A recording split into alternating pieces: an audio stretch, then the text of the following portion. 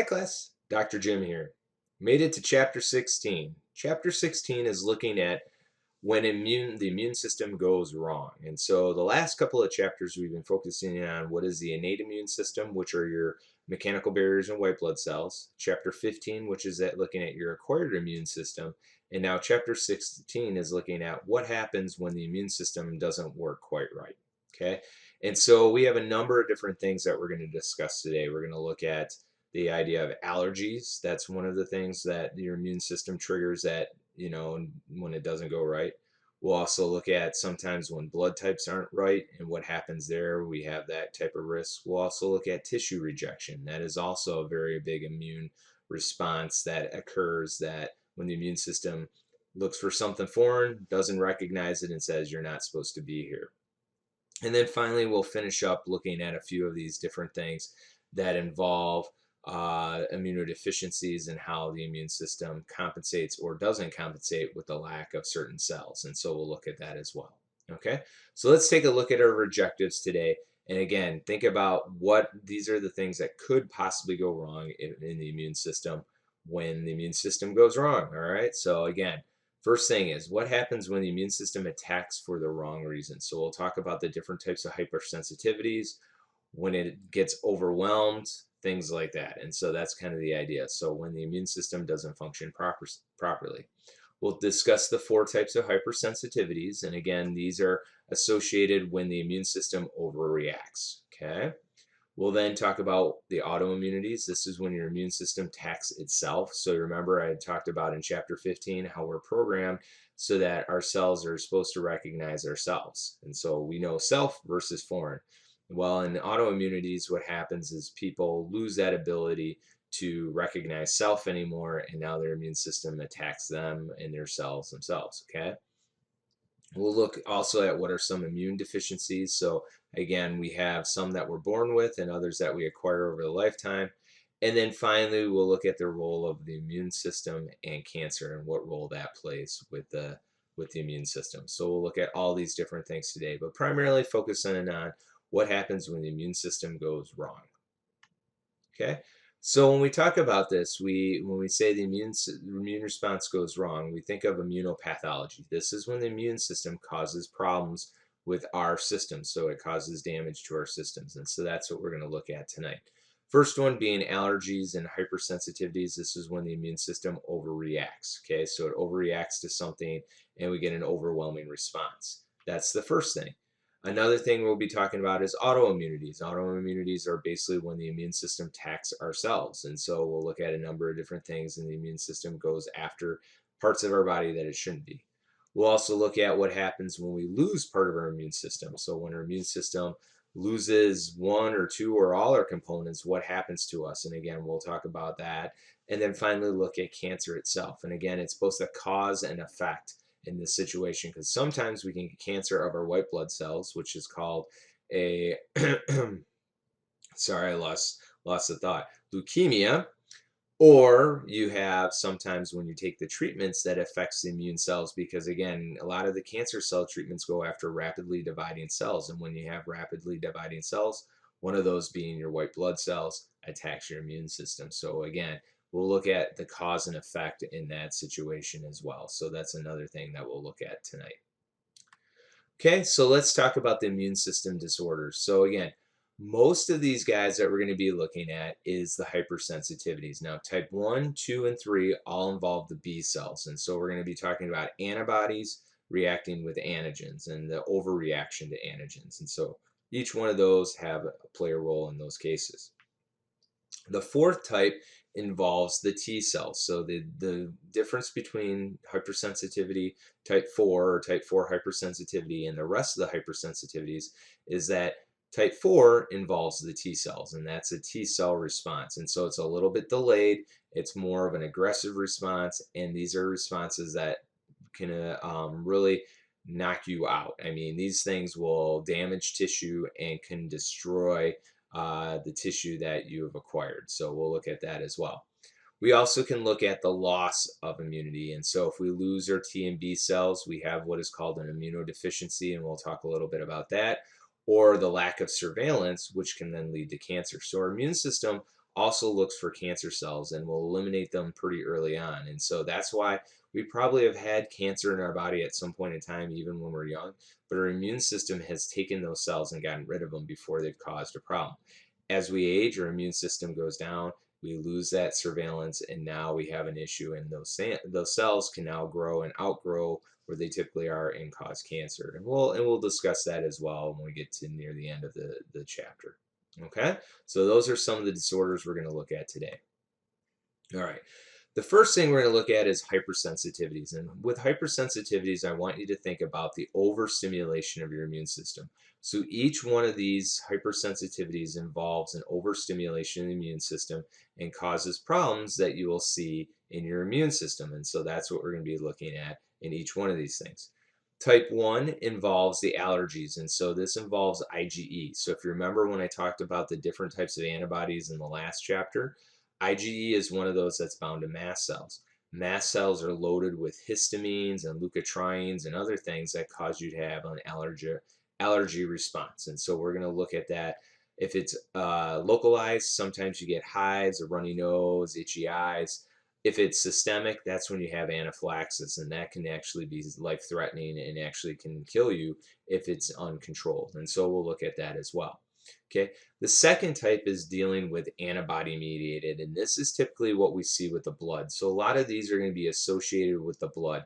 Antibodies binding to cells and causing agglutination and clumping of the blood cells, and then causing problems either in the idea of making clots or destroying the blood cells. So those are the two things that you might think about. Okay. The third type is now when you have the B cells producing antibody, these antibody antigen complexes forming in other parts of the body and leaving complexes deposited in other parts. We associate this a lot of times with antibody antigens ending up in the joints, also under tissue, causing some of these things, and it causes these swellings in the tissues. And sometimes you may refer to this as to like rheumatoid arthritis or some of these other things where you have this tissue damage associated with antibody antigen complexes. And again, we'll talk about that when we get to type 3 sensitivities. Now, type 4 is different than the other three. The 1 through 3 involves antibodies. Type 4 is T cell mediated, meaning the T cells are responsible for going in and killing the tissue. And so this one is different than the other three because those are all antigens, antibodies. In type 4, you're talking about T cells. And so this is when we're talking about tissue rejection. And then likewise, when the graft itself will attack the host. And that's another situation that can happen. And so we'll look at all these different things today. Okay, so those are the hypersensitivities. So we're going to start with type 1 and then work our way through. So that's where we're headed in these next few slides. Okay, so the first one is the type 1 hypersensitivity. You can also think of this as the allergy response. Okay, so we think of allergies, and again, this is when the body makes a hyper response to a foreign material. And again, typically we think of the localized reaction. Most of us have suffered through an allergy, whether it be something we breathe in, something we eat, something we get on our skin, something that causes a response that is not normal for your body to react. And so again, these localized things can include itchy eyes, a runny nose, a scratchy throat, hives. Sometimes you have digestive issues, nausea, vomiting, or diarrhea can be associated with these things. And so these are all localized. They're not life-threatening, but they can be a menace and cause you a lot of problems, type of thing, and make life irritable, and you just get irritable with these things, and they can really wipe you out too. Okay, but these are, again, typically not life-threatening when we think of localized infections. We can also have systemic, and systemic can be very serious. This is when you involve the respiratory and the cardiovascular system, and if it gets bad enough, everything stops and shuts down, and you could potentially die. So these are serious reactions, and if you have a serious allergy, you might be carrying around with you an EpiPen. That epinephrine is necessary to make sure that your cardiovascular system doesn't collapse in order for you to get to the hospital so you can be treated there. Okay, and so we'll talk about anaphylactic shock here in just a minute. But primarily for the next couple of slides, we're going to be talking about the localized infection or localized allergy, and then get into the systemic in a few minutes. Okay. All right, and so again, the natures of the allergies in the portal of entry. And again, they're the same types of entry that we've had with any type of infection, but just think of this as an over response by certain types of immune cells that we have. And again, they have immunogenic characteristics. They enter through the epithelial portals, either the skin, the eyes, the nose, the mouth, okay, gastrointestinal skin. And again, the organ of allergenic expression may not be where you got the allergy. So, for instance, you may have ate something that caused an allergy that makes you break out in hives on your skin or give you itchy eyes or watery nose, okay? That's one of the things. The other thing that could happen is that you could breathe something in and then again causes you to have diarrhea or something else. And so these are a lot of different functions, but typically where you see the allergy is due to a response that you get from where this allergen came in, but it's not always that case. And again, here's a list of different things that you can inhale, ingest, inject, and then contacts and that stuff that all can cause allergies. And some of us are very sensitive. Others can bathe in these things and not have one problem at all. And so again, it can be due to the level of sensitivity. And we'll talk about that in just a second. Okay? All these have a potential to be an allergy. So how do we get allergies? And so that's one of the questions that a lot of people always ask me, Dr. Jim, how do I get an allergy? Or how did my son get an allergy? Or how did my daughter get an allergy? Well, it all starts with the sensitizing dose. So the person has to be basically sensitized to the allergen first before they have the allergy. So somewhere along in their life, they came in contact with the allergen. That allergen will then create a specific B cell which forms these IgEs. Now, this is not really well understood why it doesn't make an IgG, but these B cells make an IgE, which then trigger this IgE response. And so it's these certain ones that, especially that we find in the mucous membranes of the nose and digestive tract, that we see where these IgEs are actually formed. And so again, what happens is these IgEs get made by the B cells.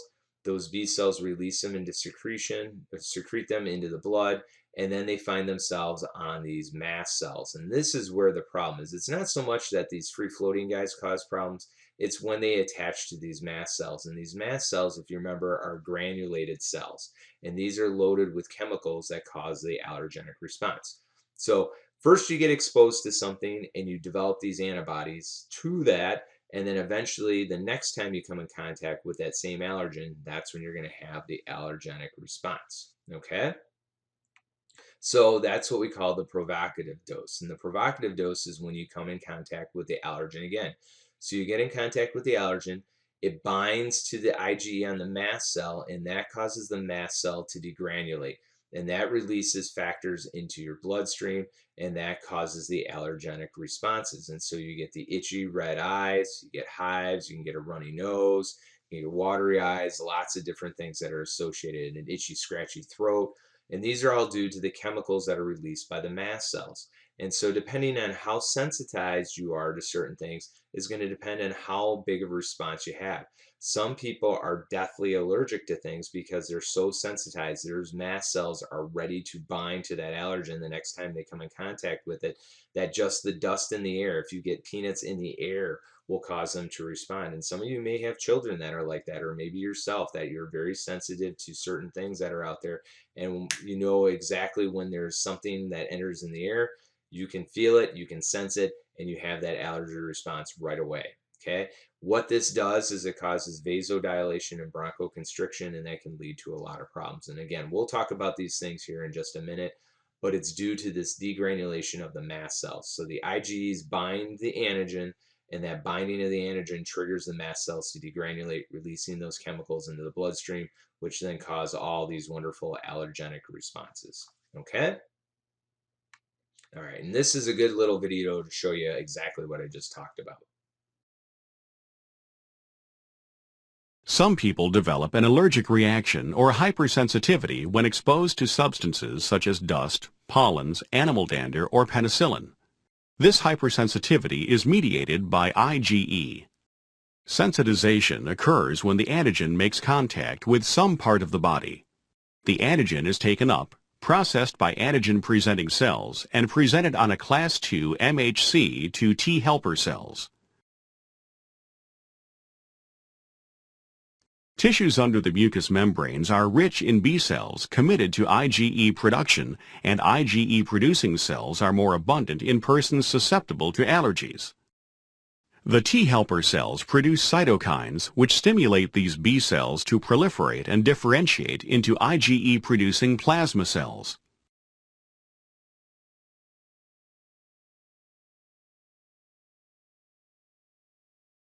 As IgE is produced in specific areas of the body, the IgE molecules attach via their constant regions to receptors on nearby mast cells.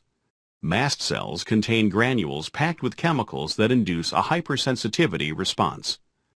Once attached, the IgE molecules can survive for many weeks. The individual is now sensitized to the antigen. When exposed to the antigen for a second time, the antigen binds to the IgE antibodies on the mast cells. To trigger a response, two cell-bound IgE molecules must react with a specific antigen. Within seconds of the reaction, the mast cell releases histamine and other mediators of the inflammatory response from the granules, triggering a variety of symptoms. Okay, so you can see that in this video showed you exactly what I just talked about. So again, you get a sensitizing dose, which exposes the allergen for the first time to the IgEs, those B cells that are found in mucous membranes. Those B cells release the IgE that then bind to mast cells. The second time the person comes in contact with the allergen, it will bind to those IgE cells that are on the mast cells, causing the mast cells to degranulate and releasing these different mediators that cause the problems we associate with allergies. And so these are the problems that you will see. Okay, and so again, we'll talk more about some of the symptoms in that here in just a minute, but I just wanted you to make sure that you understood the process. So you always have to have a sensitizing dose. Now, another question a lot of people ask will be, now, if I get sensitized the first time, does that mean the next time I come in contact with it, will I have the allergy? And that's not always the case. You can have many times where you get a sensitizing dose or you get a sensitizing dose and you don't have enough IgE bound to mast cells that cause a response right away. So it might be your second, your third, your fourth, your fifth, or sixth time down the line that you actually come in contact with something that you get something that causes a nasty response to. Okay, so it's not always the second time, it could be the third, fourth, or fifth time. And so that's a good question to ask, type of thing. And hopefully I've explained that to you, that it's not always the second time you come in contact. It could be the third, fourth, or fifth time where you see that problem. And that's happened in the past where people didn't think they're allergic to bee stings and then they get stung.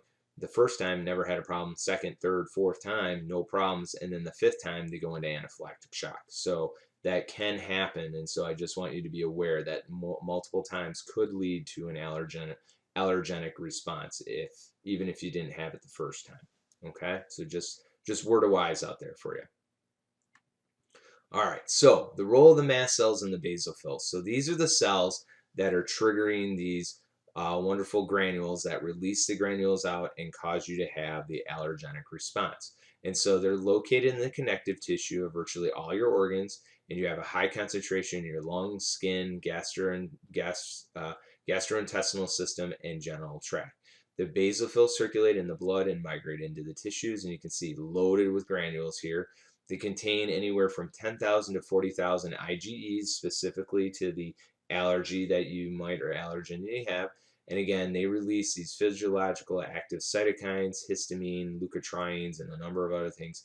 And they degranulate when stimulated by the allergen. So you can see here's a resting one, here's an activated one. The cell gets bigger and you can kind of see it's releasing these things out of its cytoplasm. And so lots of exocytosis going on in those cells, releasing the granules out into circulation. Okay? All right. So here's the type 1 mechanism, again, just showing you what happens. This is a sensitizing dose. I've explained this enough time. IgE gets loaded on to the mast cell. Once you have it on the mast cell, the next time you come in contact with the allergen, you then bind it to the mast cell degranulates and releases it in and causes the allergy response. And so we've talked about this now a couple of times. And so remember, you got to have the sensitizing dose before you can have the allergenic response. And so there's always a dose before that doesn't cause a response. The next time it will. Okay? So Question: Type 1 reactions produce symptoms upon the second exposure to the allergen. Is that true or false? Okay, and so I will go with true in this case, even though I did give you a potential where it could be false, but it always is, again, the second or third or fourth exposure. So yes, at least the second exposure, sometimes it's the third or fourth. So that's when you're going to start to see the symptoms. So I would say true in this one. It's not always the second, but for just general sake, let's say it's the second exposure. Okay? All right. So now what happens when you release these cytokines? So again, these guys can act alone or in combination to account for the scope of your different allergy symptoms. Okay. Histamine is released, serotonin, leukotrienes, platelet activating factor, prostaglandins, and bradykinin are all released into the bloodstream. Now they can act alone like histamine and cause a lot of issues, or they can work in concert with one another and cause a lot of issues that occurs. Okay. Your general targets are the skin, the upper respiratory tract, the gastrointestinal tract, the conjunctiva, and again, you see rashes, itching, redness, rhinitis, which is runny nose, sneezing, diarrhea, shedding of tears. And again, the systemic targets look at smooth muscles, mucus glands, so you get again, swelling. You start to swell up and get basically congested or clogged up. And then it can also affect the nervous tissue. So again, where you really have serious problems is the vasodilation and constriction, which can then lead to problems with breathing and the circulation as well. And so that leads to your anaphylactic shock as we go along. Okay, now histamine is the most profuse and fastest acting stimulator of smooth muscle and glands and eosinophils. So once histamine is released, it causes a lot of problems. Again, it depends on the muscle location, constricts the smooth muscles, intestines, and relaxes the vascular smooth muscles. So you get the vasodilation, so you get the redness or the rash associated with that. You get a lot of other things where, again, lots of tearing, the leakiness from the nose, and other things that all can occur. But there are also other things that are also in response. And so, again, histamine, here's the molecule of histamine for you chemists out there. And here are some of the different things that histamine can do to you. So these are all associated with histamine and what it can do to our body. Okay. And again, here are some of the things that where the targets are and what they can do. So prostaglandin can dilate blood vessels, constrict your bronchioles, and give you a headache. You can also, with histamine, serotonin, and bradykinin, get dilation, get the flare, rash, and itching of hives. You can get constricted bronchioles, which leads to wheezing, difficult breathing, and asthma. And then it can also cause increased peristalsis in the intestine, diarrhea, and vomiting. And then it leads to also secretory glands in the epithelial tissues, causing you to have a runny nose, watery eyes, itchy eyes, things like this. And then the leukotrienes can also cause a constriction of the airways. And so you can see a lot of these chemicals do a lot of the same things. So even if you take an antihistamine, antihistamines are only one part of the problem. You can also have a lot of these other ones. So you probably have seen like Flonase in that where it says it targets 6 of the chemicals, not just one. Because what Benadryl does is really goes after the histamine. Again, histamine is the fastest acting, causes the biggest response, but it's not the only response out there. And so again, if you target all of them, it's going to be a better product. And so that's why Flonase runs on that ad 6 is better than 1, because it goes after all these different ones and blocks all these different things, not just histamine. Okay. So, and again, most of the time when we associate allergies, we think of it as an atopic disease, meaning that it just causes a localized reaction. And a lot of times we associate this with hay fever, rhinitis, seasonal inhaled plant pollen, or mold. Can lead to more severe complications like asthma or eczema, where you have dermatitis, ingestion, inhalation, and skin contact that can cause problems. And again, you can look at different things like allergy counts. So if you have an allergy or an allergy response at a certain time of the year, you can actually go to the National Weather Service and find out what is actually high that day in either pollen or weeds or mold, and figure out maybe what you're allergic to. And obviously in this case, this would be a severe case of eczema. You can see that the skin is kind of sloughing off here and causing these problems, and that is due to an allergenic response. So obviously not the most pleasant, especially seeing a little baby like that. You never want to see that. But again, that's an allergy response. Okay, you can also have food allergies, which again can affect the skin and respiratory tract. So some people are very allergic to peanuts or shellfish, and by ingesting those things can blow up like a balloon or actually close off the circulation to their lungs and into the basically stop their heart. And so that can be a major cause of a food allergy. You can also have drug allergies. We've talked about penicillin, where people get rashes and hives from it on the mild side, or it can lead to severe complications like anaphylaxis as well. So again, depends on how sensitive you are and how many of these mast cells you have that are going to respond to that specific allergen. So the more mast cells and IgE you have, the bigger response you're going to get. Okay. All right. Now I talked about anaphylaxis, and again, that's a reaction of animals injected with a foreign protein. And again, systemic anaphylaxis is the sudden respiratory and circulatory disruption. And so you get stung with a bee, you swell up like this, it can cause serious problems with your respiratory system. If you know you have a severe reaction, you may carry an EpiPen with you. That EpiPen is to give you a dose of epinephrine so that it will allow your heart to keep beating, your airways to open, so you can get to the hospital. This is not a cure. Okay, so this does not mean, oh, I've just injected myself, I can go on my merry way. What you should do is, if you've injected yourself with the EpiPen, that just buys you time to get to the hospital and make sure that you get either the allergen taken care of or a more aggressive dose inside the hospital so that they can monitor your breathing and your circulation. This is not something where you just want to play around and say, oh, I've got an EpiPen, I'm fine, I'm going to be okay, and not worry about it. Because if you do inject yourself with these things, you want to make sure you go and get follow-up treatment at the hospital so you don't end up dying or passing out at some other point and then dying from not taking care of yourself. So that's just the word of advice. Okay. So again, this is serious. This is when you get stung, or another type of allergy can shut down your circulation, shut down your respiration, and you can potentially die from this condition. Okay, so pretty bad situation in these cases.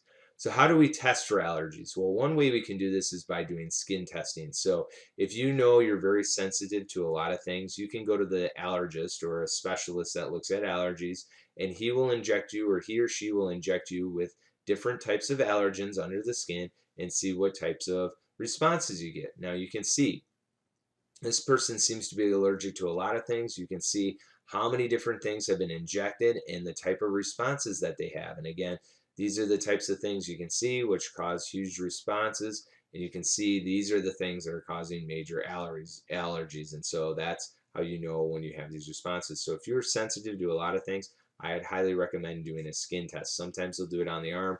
A lot of times they'll do it on the back because they want a really big area to test these things to see if you have a response under the skin. Okay. Okay. Again, treatment and prevention. Obviously, the number one prevention is avoid the allergen, but sometimes that's hard to do, especially when we're talking about pollen or mold, which floats in the air. Then you use drugs to help block the action of the lymphocytes or mast cells and chemical mediators. So your biggest draw is probably the antihistamines. What the antihistamines will do is block, again, the secretion, the vasodilation, and block the targets. Now, another question I get a lot of times is, why does it make me sleepy? Well, it also affects the brain. So what allergy medication antihistamine does, it actually slows down the neural pathways in your brain, and that will actually cause you to slow down. So it actually slow down and kind of makes you tired because your brain feels like it's going to sleep. It becomes less active. It slows down the nerve responses, and so due to that consequence, you feel tired and sleepy when you take these things. It is not a sleep medication, so I don't want anyone using antihistamines to use it to help go to sleep, because this is not the right type of medication to be using with those things, and it's not good for you because you can be affecting a lot of other systems as well. So again, if you have the seasonal allergies and things like this, Benadryl is perfectly fine and safe. But again, you have those side effects. The other thing I wouldn't be doing when you're on Benadryl is driving a car or doing other alcohol or other drugs, because that can again affect your motor responses. So be very careful when you're taking Benadryl and doing those things. All right. So that's another word of advice from Dr. Jim. All right. Another thing that you can do is actually do allergy shots. And allergy shots will basically change the IgE response to an IgG response. Okay, so what happens here is that what we call this is a desensitization therapy. So what you do is you give the person the allergen, and that allergen is then forced deeper into the body where it sees B cells that make IgG. Those IgGs are then released, and then they can block the IgE response. So what happens is that you have lots of IgG floating around in your body that will bind up the allergen before it has a chance to react to the mast cell and help lower the amount of allergies. Now, in some people, this works really well. In other people, they said they've tried it and it doesn't work worth a hoot. And so, again, it all depends on your system and how that all works, how much allergen you need, if you're hypersensitive, all these different things play in a call. But if you do suffer from a lot of allergies and the medications don't really do you a lot of good, this might be something you want to look into. Is this hypersensitive or desensitization by stimulating IgGs and blocking the allergen from binding to the mast cells. Okay, so these are all different types of treatments with this. All right, so which of the following is not directly involved with the type 1 hypersensitivity? Is it the mast cells, the T cells, the IgE, or the B cells? Which one don't you think, which one haven't we talked about at all yet in these responses? Well, hopefully you're paying attention and you know it's the T cells. We haven't talked anything about T cells yet. This is all a B cell mediated response. B cells make the IgE binds to the mast cells, and then that's what causes the allergy. So we have not talked anything about T cells, and again, hypersensitivity or type 4 hypersensitivities is when we're going to talk about T cells. So we'll be talking about this here, but not with type 1. Okay, good job if you got it right. All right, so let's talk about type 2. Now, type 2 typically, again, is an antibody-antigen response. And again, it also involves complement, leading to lysis of foreign cells. So where we see this mostly is in the bloodstream. And so the two things that we typically associate with the type 2 hypersensitivity is the ABO blood type and then the RH factor. And so we all know, or hopefully you know, and if you don't know, you should go and figure out what your blood type is, your ABO, and if you're plus or minus. And so we're going to talk about where this is important, especially the RH factor if you are RH minus mom and you're having kids with an RH positive dad. Okay, and so we'll talk about this here in just a second. But that's typically where we see the type 2 hypersensitivity, the antibody antigens in the blood. Okay, all right, so type 2 hypersensitivity, we have the ABO blood type. And again, the blood type is determined by the type of protein you have on your cells. So if you're A type blood, that means you have the A antigen on your blood cells. If you're B type blood, you have the B antigen on your blood cells. If you're AB, you have both. And if you're O, you don't have any of those antigens. You don't have the A's or you don't have the B's. Okay, so you don't have either, and so that's why you're O. Okay, or zero type of thing. Now, the opposite is true of what type of antibody you have. So if you're A type blood, you actually have the B type antibody floating around in your plasma. If you are B type blood, you have the A type antibody.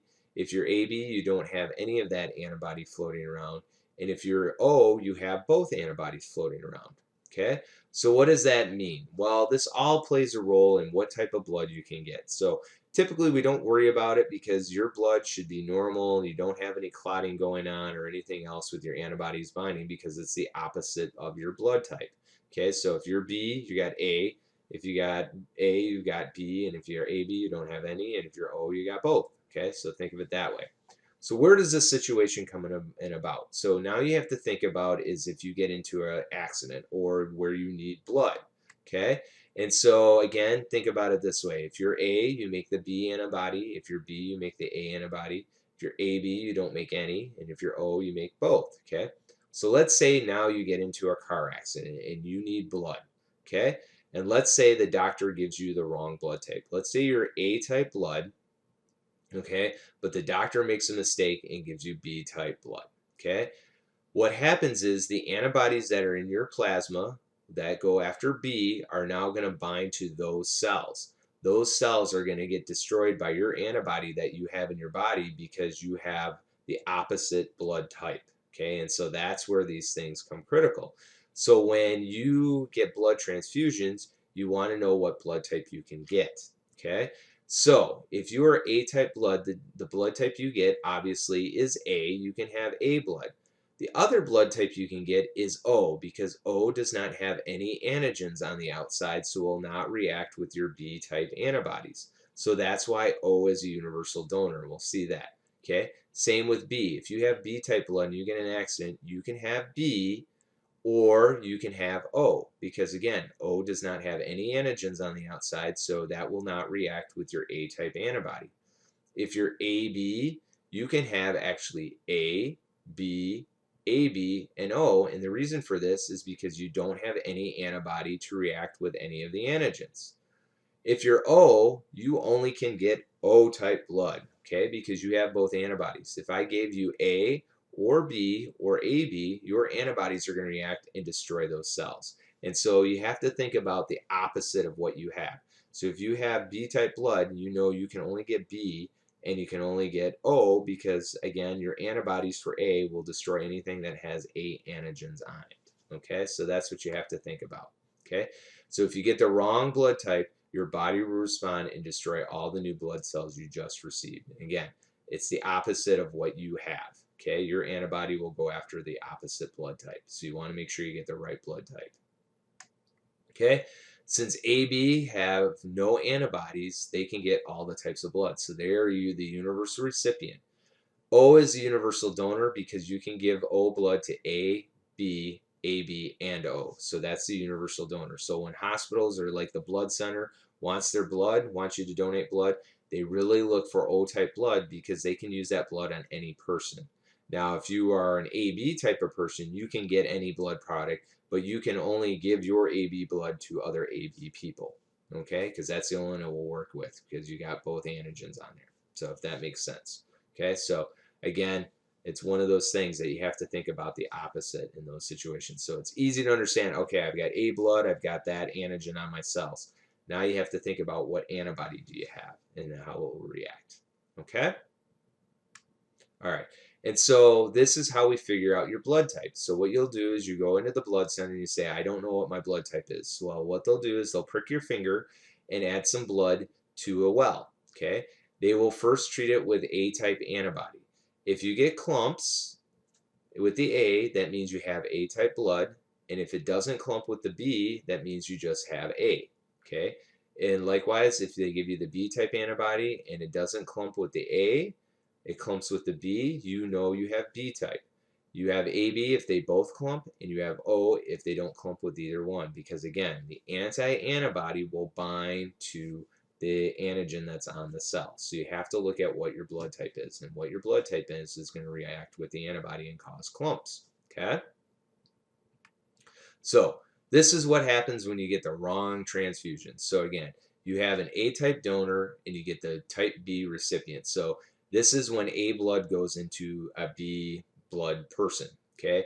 They have the B antibody or the A antibody that's going to bind to those A-type cells. So what happens is that A antibody that's in their serum will bind to those A-type blood cells, bind to it, and then complement will destroy those cells. So those cells will all get lysed. You lose that, and so now you've lost even more blood because all the blood that you just put into someone's body is now being lysed by their own immune system. So that's why it's critical to make sure you give them the right type.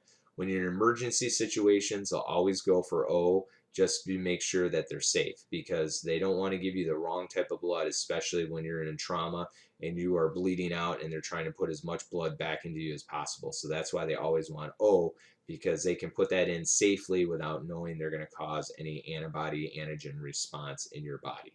Okay, that's why they go for the O in emergency situations. Okay, this is a really good and short video to show you again exactly what I talked about. I think this will help explain it even better than what I've done already. Type II hypersensitivities involve interactions of antibodies and surface antigens of cells, followed by complement-assisted lysis of these cells. A typical example is mismatched blood transfusions.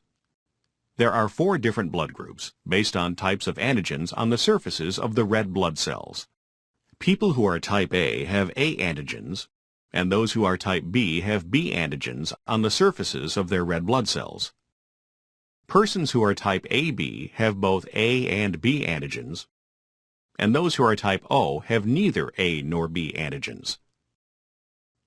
The serum of people with type A blood contains antibodies against type B antigens, and the serum of people with type B blood contains antibodies against type A antigens.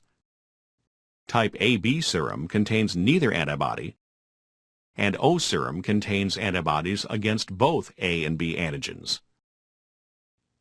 If blood from a person who is type B is transfused into a person who is type A, antibodies present in the type A blood react with the surface antigens on the incoming red blood cells.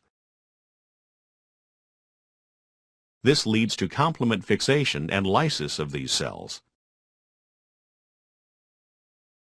If blood from a person who is type A is transfused into a person who is type B, antibodies present in the type B blood react with the surface antigens on the incoming red blood cells.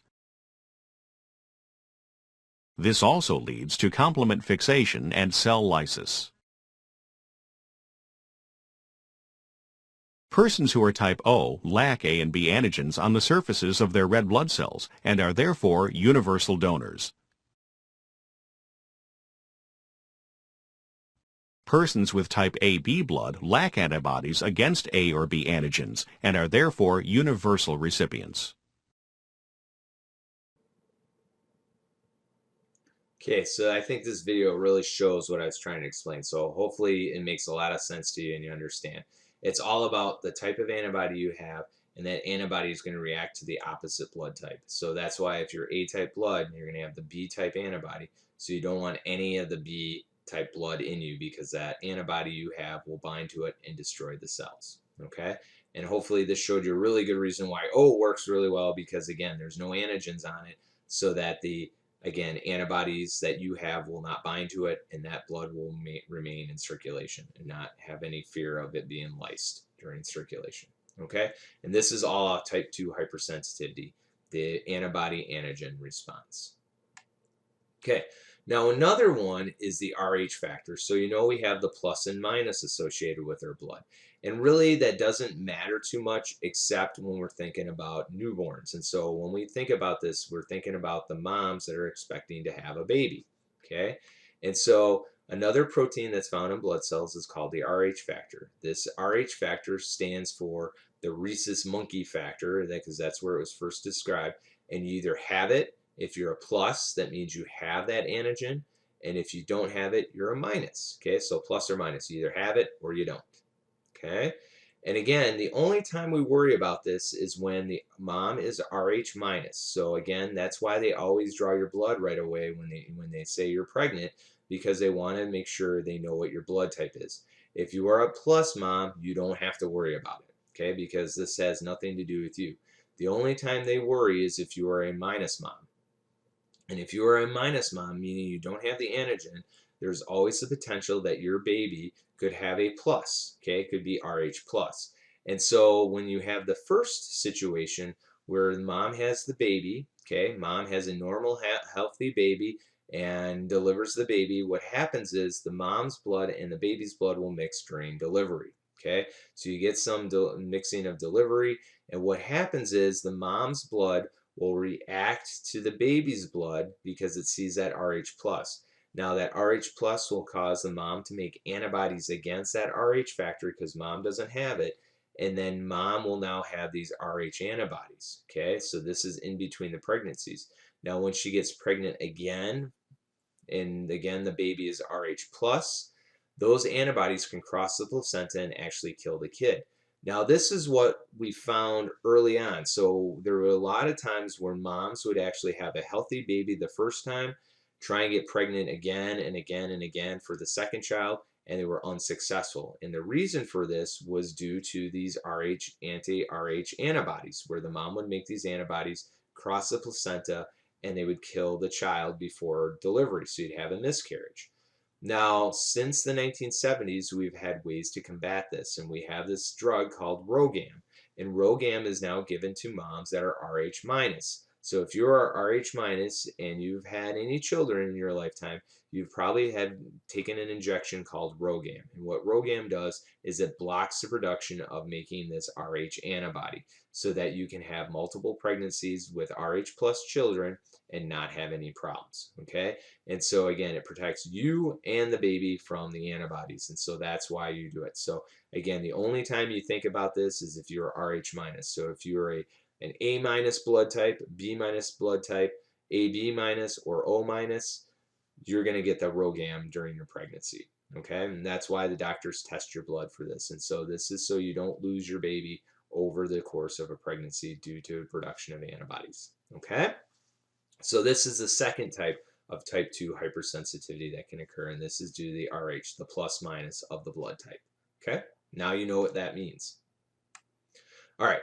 Now the type 3 again deals with a antibody antigen complex, but instead of being in the blood, this refers to now in situations where it's under the skin, in the joints, in tissues, and other places outside the blood vessel. Okay, so think of type 3 as antibody antigens outside the blood vessel. So we think of type 2 in the blood vessel, type 3 is outside. And so typically what happens, you form these complexes outside the body, and this causes an inflammatory response.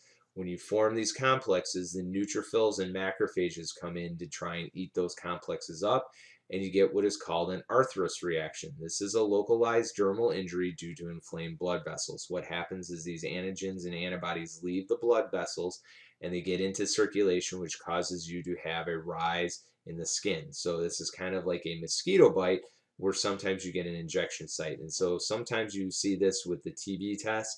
You get the TB test in your skin, and a lot of times what will happen is you'll get that wheal reaction. That is an arthros reaction where you get that inflammation under the skin. It's just a localized dermal response due to this antigen antibody response.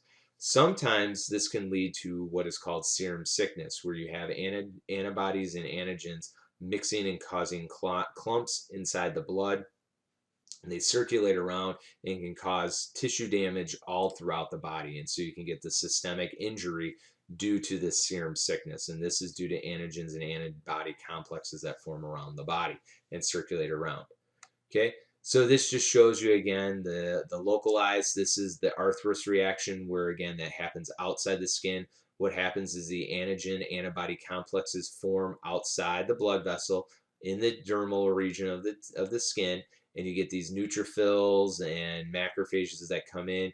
You get the basically the inflammation part where you get the swelling and these neutrophils eating up these antigen antibody complexes. Now sometimes you can get serum sickness where you recruit T cells and other things, and this can lead to tissue damage. And where do we see this? We can see this damage in blood vessels, heart and lungs, joints, skin, and kidney. And so we see these type 3 hypersensitivities where they're really nasty little hypersensitivities where you can damage your lungs, you can damage your kidneys, you can damage your skin, your joints, and a lot of other things. And we'll talk about some of these diseases as we go on. But these are all ideas of type 3. So type 3 is an antibody antigen complex outside the blood that forms and can damage tissues. So think of it that way. Okay? All right. Now the type 4 is a T cell mediated response. So what makes type 4 different than any of the first three we talked about is now this involves the T cells. So T cells are directly responsible. So you can have what is called a delayed allergic response, where again you get a skin response due to an allergen. However, the T cells are now involved, and the T cells can cause a really damaging or overwhelming response. A lot of times we see this associated with dermatitis, either with plants or with metals, and you get this basically the eruption of the skin where it starts bleeding and oozing and doing all these nasty things, and that's due to a T cell response. The cytotoxic T cells release cytokines, killing the tissue around it, and so we see this. So think of type 4 as a T cell mediated response. Okay, so again, what happens in these situations is that you get the allergen response. Those things get to on the skin.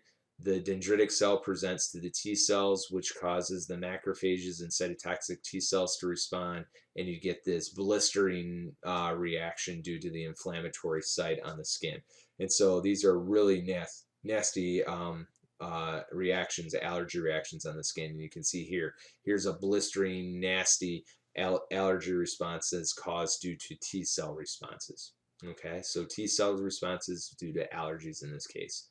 Now, another place that you see the T cell response is with organ transplants. Okay, so you can have two types of responses in this case. You can have where the host itself will reject the organ, and that's when the host T cells will recognize the tissue as foreign and attack it and destroy it, and that's what we call tissue rejection. Okay, so again, what we try and do is match the tissue as close as possible to that from the donor to the recipient, so you don't have that T cell looking for it and saying, oh, that's not supposed to be there. If it's not supposed to be there, the T cells will attack it, and that's what we call tissue rejection. Okay. The other thing that can actually happen is that sometimes when you transplant organs like this, that T cells and other immune cells can be left over in those organs, and then they can leach out and actually attack the host. And this is when we call this graft versus host disease, because what actually happens is the immune cells from the graft are actually attacking the host, and this can happen as well. And so this is another problem that can occur. Okay, so one, you can have tissue rejection. The second one you can have is where the graft actually attacks the host, and these are all due to T cells that are floating in circulation in the body. Okay, now again, I talked about the two types. Again, the host rejection of the graft, and this is releasing the cytotoxic T cells. The T cells recognize this is not supposed to be there, and then it damages the organs of the tissue. So you get transplantation rejection. What we try to do to minimize this is two things. One, finding a perfect match, which is hard to do.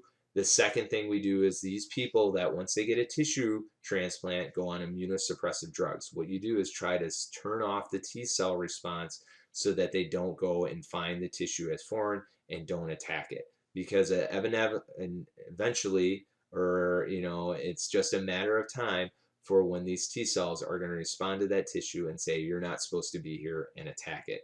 So eventually that tissue will be rejected. But what we try to do, and in most cases, 5 years is a successful transplant. If you have a tissue transplant more than 5 years, you're considered a success. And so we try and use that milestone as a way to measure success of a tissue transplant. Sometimes tissues get put in and it's immediately rejected because the T cells have this just overwhelming response. But we try to do it so at least the tissue can survive for at least 5 years in a system. Now, the other thing that can happen is the graft rejection of the host. And again, we call this graft versus host disease. And this is when immune cells that are taken from the donor, okay, from that organ that you got, now go in and actually attack the host, okay? And so these immune cells, we try and flush them out as best we can, but undoubtedly there's going to be a spot where a T cell or a B cell or a macrophage is left over. These cells are in there and they go on the attack and they don't recognize you, and so they start attacking you because they think you're foreign, and so that's when you get the graft versus host disease. So it can happen both ways. You can have your body rejecting the tissue, or you can have the tissue rejecting your body. So it can happen both ways in those situations, and so this all involves the T cells. Okay, now when we think of grafts, we think about the different types of donors. Now, when the recipient also serves as the donor, we call this an autograft. And so typically when we think of autografts, we think of like skin grafts. Okay, so like you have a burn somewhere, what they might do is take a piece of skin from your back and put it on wherever you had the burn. And that's typical. Again, no fear of rejection because it's your own tissue and it works well. Sometimes we're seeing this now where people are actually getting some of their skin grown in labs and then replaced with skin grown lab or lab grown skin, and that would also be considered an autograft. Now, some of you might be lucky out there and have an identical twin. If you're lucky to have an identical twin, you can have what is called an isograft. An isograft is a graft taken from your identical twin and put on you. Okay, so if you have an identical twin running out there, that you are possible to have an isograft. Most people don't have an identical twin, so that doesn't apply to them. Now, an allograft is probably the most typical type of transplant that we get. An allograft is taken from another human. So this would be any other human giving tissue to a recipient, and so that's what is called an allograft, and that's again obviously where you fear the most about rejection. Now, there are things where you can take tissue from other organisms and put it into a human, and that's called a xenograft. A xenograft is when you take it from a different animal and put it into a human. Okay. Typical ones that we see are pig valves. Pig valves are used in the heart, so when you need heart valve replacement, sometimes they'll use good old plastic, but a lot of times they'll use pig valves because they're about the same size as the human heart. And we tend to have less rejection towards them than any other type, which is kind of interesting. Sometimes you may hear of some monkey tissue being used or primate tissue, and that because we're close in association. But again, you don't hear a lot of differences where you have human tissue mixing with animal tissue, but there are situations that happen. And again, how does this all take place? We talked about this before. What we look for is the HLA or the MHC. So if you remember talking about the MHC class ones, those MHC class ones recognize you as you and someone as someone else. And so you can see how these HLAs or MHCs can be passed along, and that how each child can have a different type of tissue than the sibling. So you think, oh, my sibling should be a match. A lot of times that isn't, because even though you have the same mom and dad, you can have different types of tissue associated or different types of markers associated with it. And so again, you can see here, none of them are a match to one another because they have different types of MHC or HLAs on their cells. Okay, and so again, that allows for variation. Okay, so what kind of antibodies would a patient with type B plus blood produce? A lot of talking there. Is it anti-A antibodies, anti-B antibodies, anti-A and B, anti-A and anti-Rh, or anti-B and anti-Rh antibodies? So what type of antibodies would this person produce with B type? I'll give you a second to think about that. Okay, if you said anti-A, you would be correct. So remember, if you have B positive type blood, that means you have the B antigen on your blood, and the positive means you have the Rh factor on your blood, okay, on your blood cells. So the only one that would make sense is the anti-A, because you make the opposite antibody of what you have, and so you'd have the anti-A. You're not going to make the anti-Rh because you have that on your blood and you don't want it attacking your cells. Okay, so you got to remember, think about what's going on inside your cells. And so if you're a plus, this is actually my blood type. So I would only have the anti-A antibodies because I don't want the Rh floating around and binding to my cells and destroying them. Okay, I also don't want the B floating around and binding to my cells because that would bind and cause my cells to bind. So the only ones that I will be making are anti-A. Okay, so hopefully that makes sense. If not, go back and review that to make sure that that makes sense, because I think that's the hardest thing. And again, I ask a lot of questions about that, so make sure you understand the anti-A versus the anti-B. Okay, and what A and B, ABO blood types mean. All right. Okay, so let's talk a few minutes about autoimmunities. And again, autoimmunities are essentially when the immune system is attacking itself. Okay, and this is due to a loss of tolerance due to autoantigens and autoantibodies and the T cells that get sensitized to them. And so we can have lots of different triggers. And again, these are tissues that are affected by the immune system. And you can see it's pretty much all over the body. Some of the systemic and organ specific can include systemic lupus, rheumatoid arthritis, endocrine autoimmunities, myasthenia gravis, and multiple sclerosis, which are all different types of autoimmunities. This is where the body's immune system is attacking these tissues and they're not recognizing self. And again, when these things happen, that leads to an autoimmune disease. Okay, so again, the origins. So there's a couple of different ideas behind where these come from. We mentioned one of those when we were talking about the clonal selection theory, where you get those forbidden clones. Somehow they sneak through. So that's one idea that they have. There's another one that the theory of immunodeficiency, mutations in receptor genes allow them to become reactive to self. Other people say that there's some molecular mimicry, viral infection, microbial etiology, where again, things that look very similar to self could trigger an immune response, and because they're so similar, they also attack self. Also, some people think now that maybe the immune systems have gotten bored And so now we're starting to see more allergies, more immune responses against the body because they don't have anything to fight. We actually live too clean of a lifestyle. We don't have parasites floating around us. We don't have lots of bugs and other things crawling in our all and doing all these different things to us. And so we're too clean now, and our immune systems are just gotten bored and now just say, you know what, I'll just attack myself because I got nothing to do. I'm bored. I need something to do. Let's attack myself. And so that's another train of thought that's out there as well. And that may be immune boredom that's causing these immune autoimmunities to actually occur. And that makes a lot of sense too. So again, there isn't one idea that there is one or others that is supported, but it looks like it may be a combination of all these things. And why certain people have it, it may be genetics, it may be virus infections, it might be the other infections that lead to these autoimmunities as well. So there's a lot of different things out there that trigger it, and there's not just one answer to say, yep, this is why you're going to get an autoimmunity and why other people are not. So we don't have that answer yet. Okay, long story short. All right, here's a list of, again, lots of different autoimmune diseases, and you can see it's either type 2, most of them are type 2, which is, again, antibody antigen responses that occur in the blood, and then they go to the tissues. Also, they can be type 3 and type 4, depending on the types of cells that respond and where you see these things, okay? All right, so some of the different diseases that you can get and some of the things we see is systemic lupus. And again, it's associated, a lot of times that's where lupus is actually attacking the DNA of cells. And so obviously all your cells have DNA.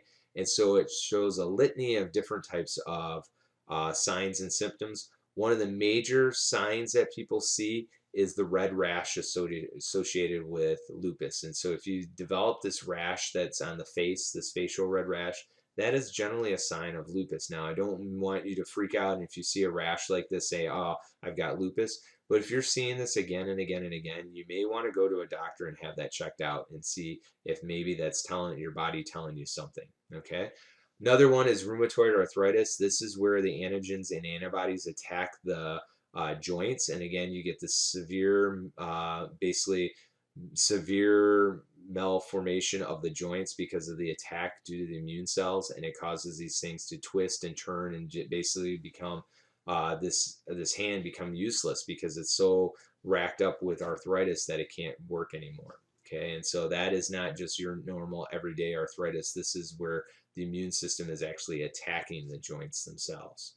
Okay, some others diseases include Graves' disease, and so this is associated with your body attacking the thyroid. And you may have seen people like this where they have these bulging eyes. So if you remember Barbara Bush, who was the first lady with Bush the first type of thing, you know, or the old Bush or the older Bush type of thing, she had Graves' disease, or she has Graves' disease. And again, that is due to the attack of her immune system on her thyroid.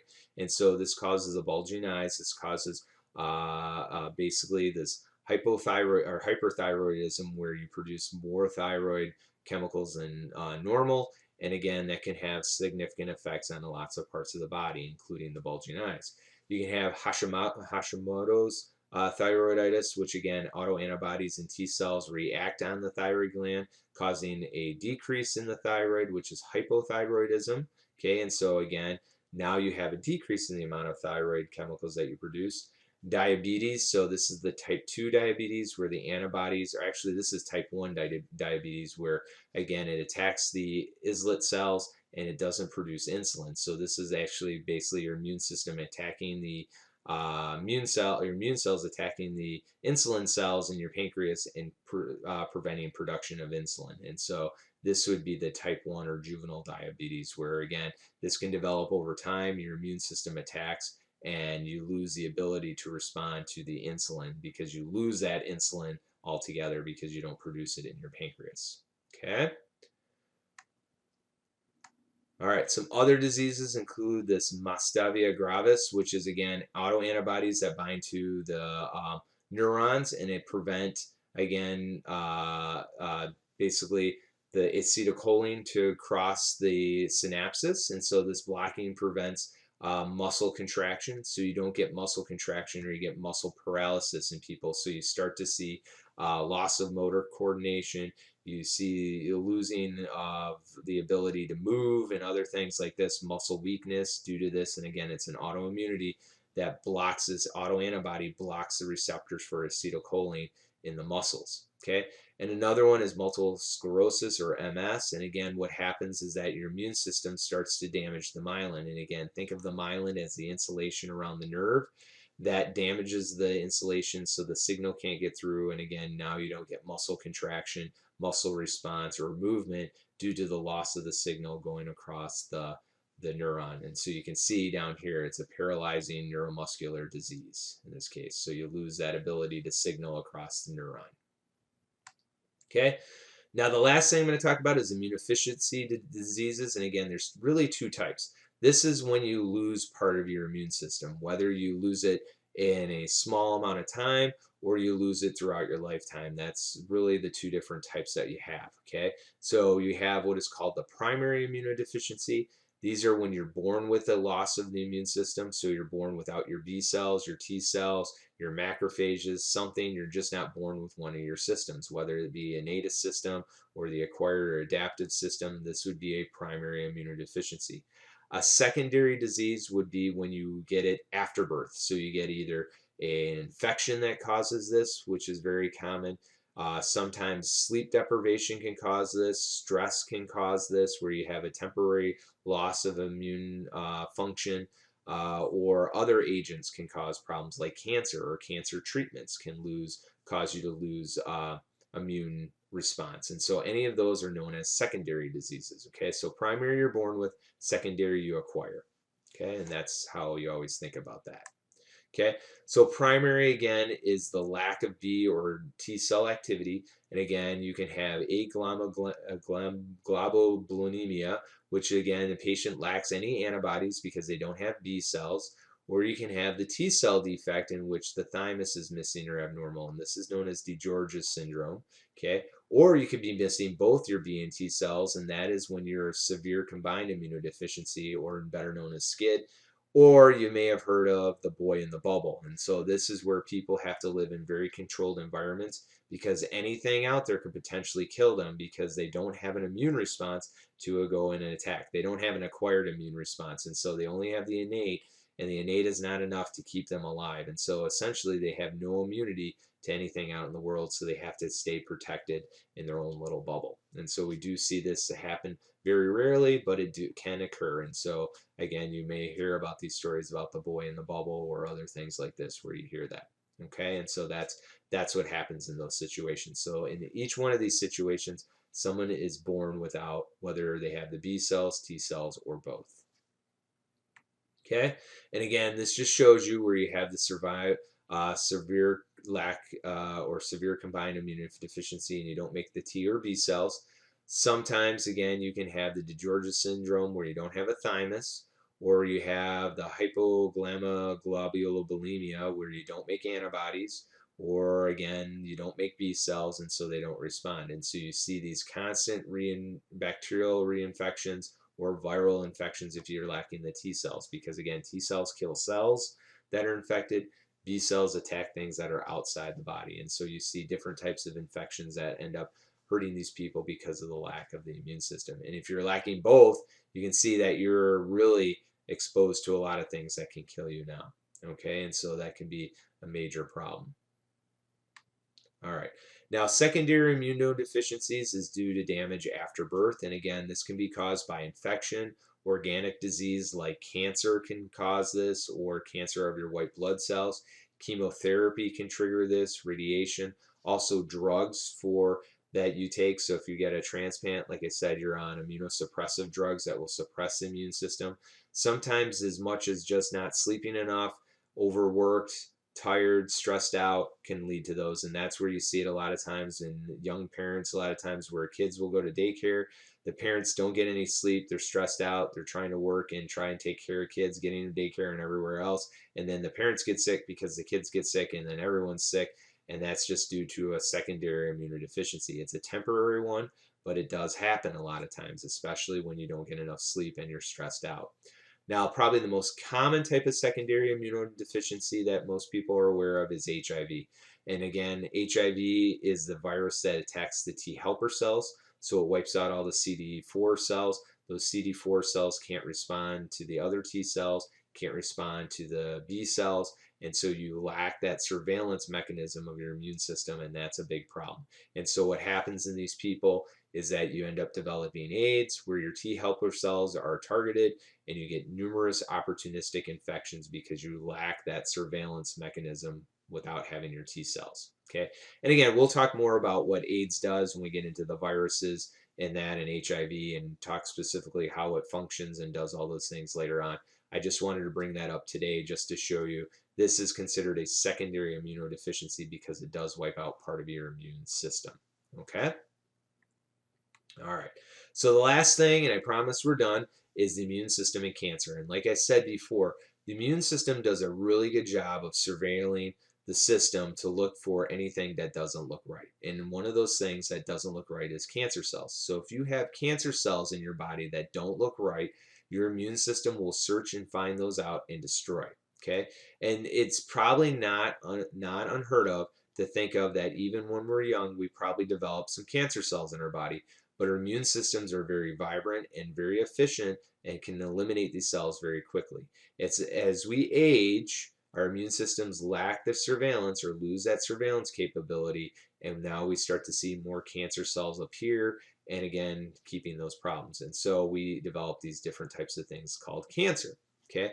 Now, cancer is basically just the idea of an abnormal growth of new cells or abnormal cells. Okay. So these are uncontrolled growth. Something's gone wrong with a cell cycling mechanism. They just are ugly looking cells that cause lots of different problems. Now, you can have two types of cancer cells. You can have benign cancer cells, which are basically abnormal cells growing that are encapsulated, easy remove, they're not leaving the spot, and these are the lower risk types of cancers. You can then also have malignant forms, which are the ones that we worry about because these are the ones that are ugly looking, they break free, they can go to other parts of the body and cause cancer anywhere in the body. Okay.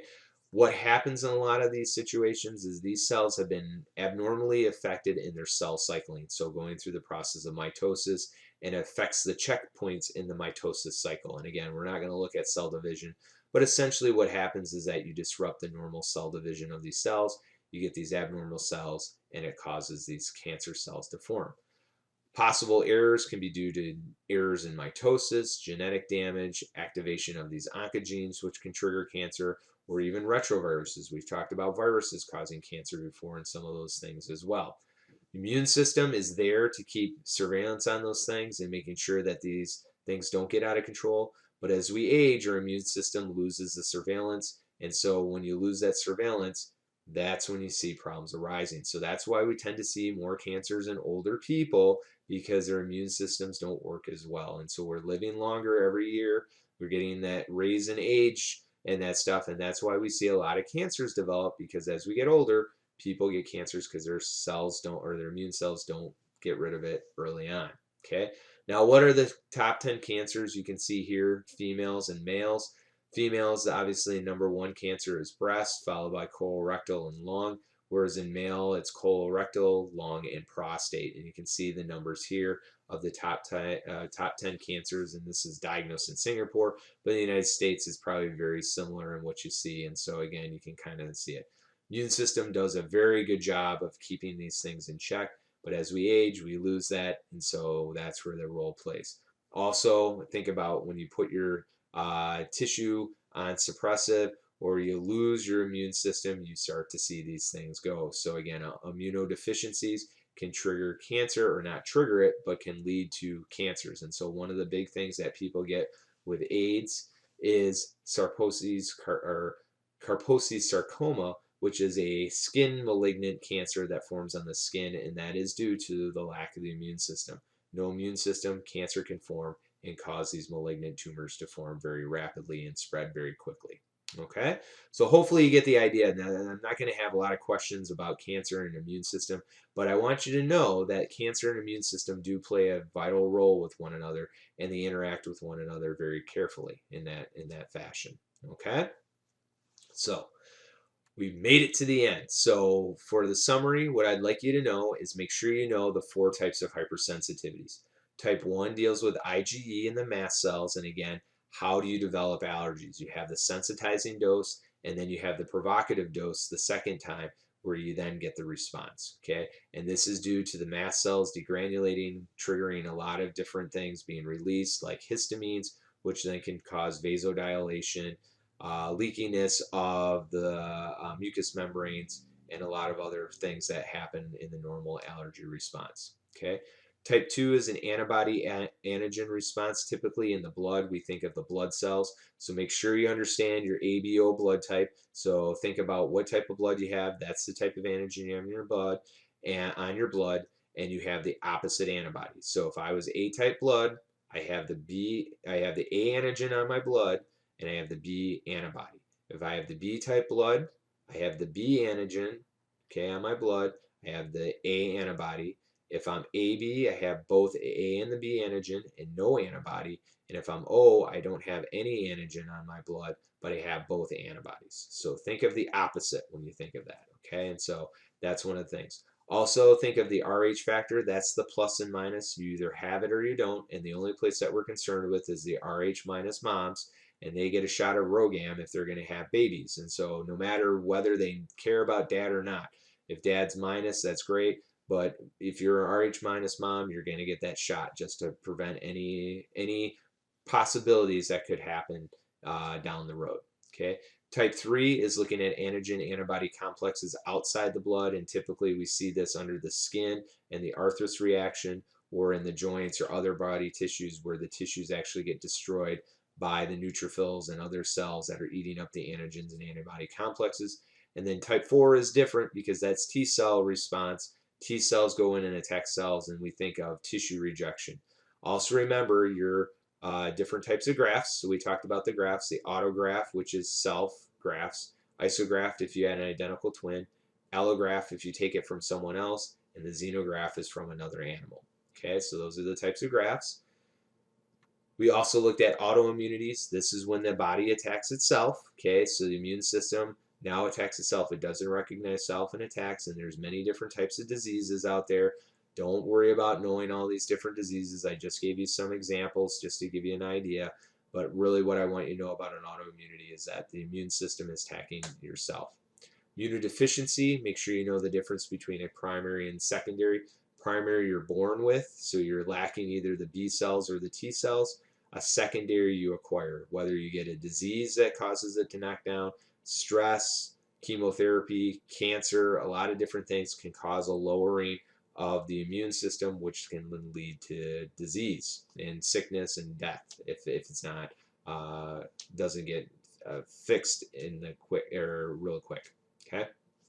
Last thing, real briefly, immune system and cancer. Know that cancer and immune systems go hand in hand. Immune cells are always looking for cancer cells, trying to destroy. Sometimes the immune system gets pushed down and cancer cells can come up. And so that's the thing we see.